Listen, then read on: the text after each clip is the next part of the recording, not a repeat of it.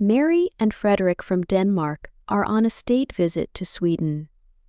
All eyes were on the gala dinner that took place Monday night at the Royal Palace in Stockholm, putting the finishing touches on the first day of the Danish king's state visit to Sweden.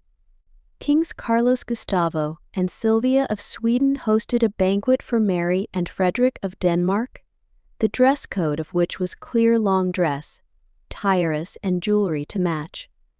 Something that everyone strictly observed, although, with the permission of the other guests, their eyes were fixed on the choice of Maria of Denmark.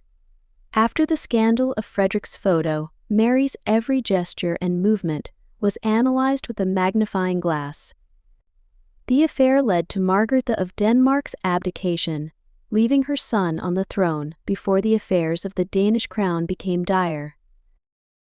Now Frederick and Mary of Denmark have made their first state trip as kings, and it culminated this Monday night.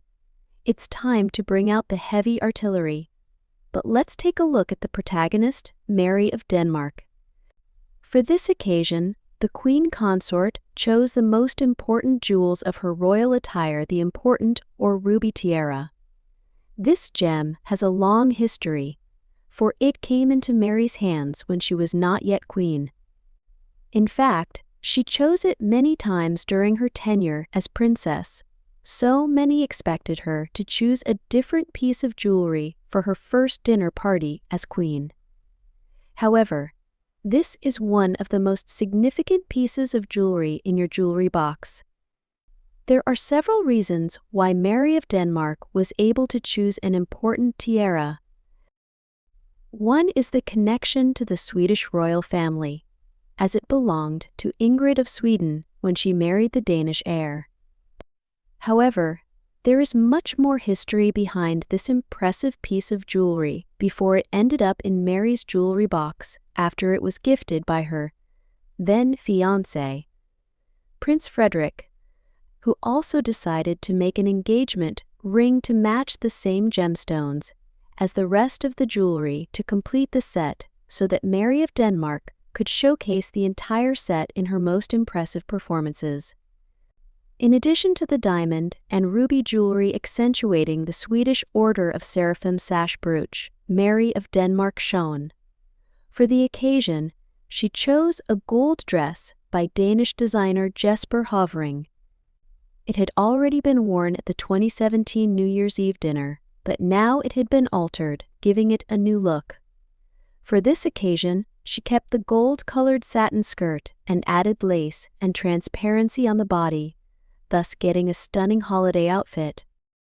The tiara worn by Mary of Denmark dates back to 1804 when Desire Clary, wife of one of the 18 marshals, Jean-Baptiste Bernadotte, wore it to Napoleon's coronation on May 18th of that year.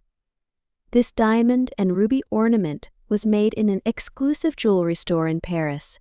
In addition to the tiara, the set included a necklace, belt earrings, a brooch, and 2 hair ornaments with floral motifs. After Desire's death, these jewels passed to Josephine of Lichtenberg, wife of Oscar I, and she bequeathed them to her granddaughter, Princess Louise of Sweden, when she was about to marry Frederick VIII of Denmark.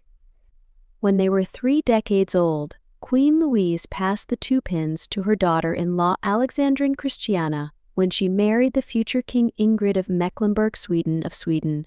In 2000, before her death, she distributed the valuable jewelry to her daughters.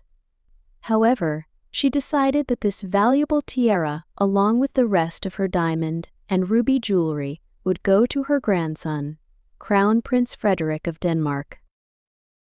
When the tiara fell into the hands of Mary of Denmark, she decided to make some changes to the bezel, adapting it to her taste and the morphology of her head. In addition, the remaining elements were used to make independent hairpins.in summary. Mary of Denmark made a striking statement during her state visit to Sweden by choosing to wear the historic and significant ruby tiara, showcasing not only her regal elegance but also the deep connections between the Danish and Swedish royal families. The tiara's rich history, dating back to Desire Clary's appearance at Napoleon's coronation in 1804, adds to its allure, as it passed through generations before landing in Mary's possession. Moreover, the tiara's adaptation to Mary's personal style and preferences, along with the creation of complementary jewelry pieces, demonstrates her attention to detail and commitment to honoring tradition while infusing her own touch. Combined with her choice of attire, including the gold dress by Danish designer Jesper Hovring, Mary exuded grace and sophistication, cementing her position as a prominent figure on the international stage. As Mary and Frederick of Denmark embark on their reign, their inaugural state visit to Sweden symbolizes not only diplomatic ties, but also the continuation of royal legacies and the evolution of tradition in modern times. Mary's choice to don the iconic ruby tiara serves as a fitting emblem of continuity, heritage, and the enduring bonds between nations.